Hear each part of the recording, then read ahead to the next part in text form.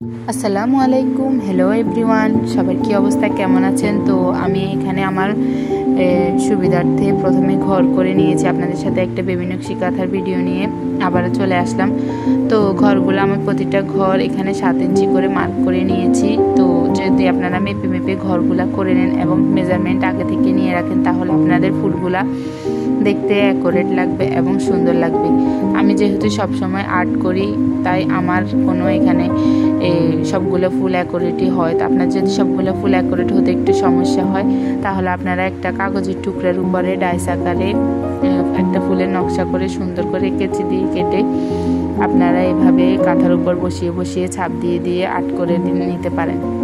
তো আমি যেহেতু সবসময় আর্ট করি, তাই আমার এগুলোর প্রয়োজন হয় না, আমি ফ্রি হ্যান্ডে আর্ট করতে পারি। আর এই কাঁথাগুলো আমি মূলত আর্ট করা এবং সেলাই করা দুইভাবে সেল করে থাকি।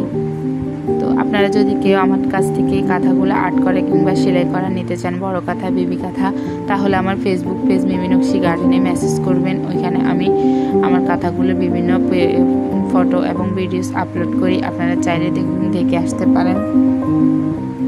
তো এখানে আমি একটা পেস্ট কালারের কাপড়ের উপরে ডিজাইনটা করছি, তো দেখতে থাকুন।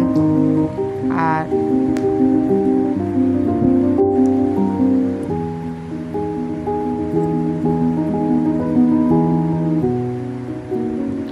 আমার চ্যানেলে আপনারা নতুন নতুন আর্টের ভিডিও পেতে আমার চ্যানেলটাকে সাবস্ক্রাইব করে রাখবেন এবং লাইক দিয়ে পাশে থাকবেন।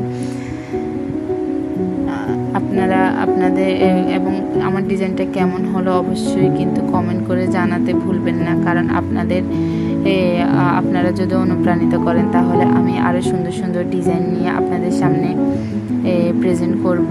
তো আমার এই ডিজাইনটা সম্পূর্ণ আমি নিজস্ব এবং মন থেকে আর্ট করে এই ডিজাইনটা তৈরি করেছি। তো এই কাঁথাটার কাপড় মাশাআল্লাহ, কালারটা আমার এত বেশি পছন্দের একটি কালার। আমি পার্সোনালি এই কালারটা অনেক বেশি পছন্দ করি।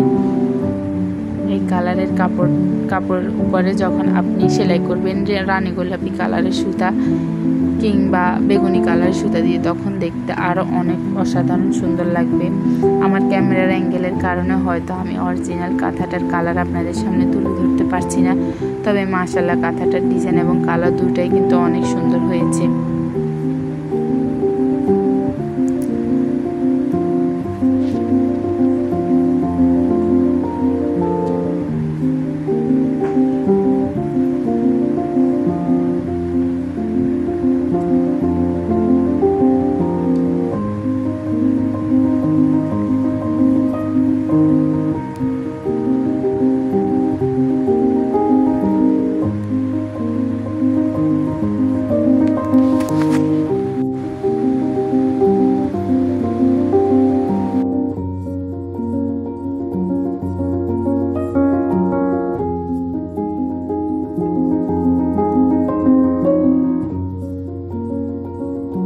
তো এই তো আমার কাঁথার ফাইনাল লুক কেমন হলো অবশ্যই কিন্তু কমেন্ট বক্সে কমেন্ট করে জানাবেন।